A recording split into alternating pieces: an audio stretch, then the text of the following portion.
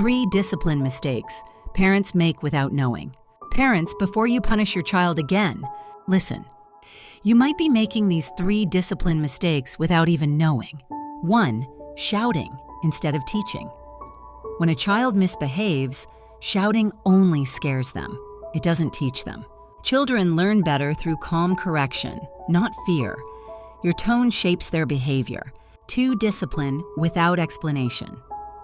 Many parents punish but never explain why. Children need to understand what they did wrong and what to do next time.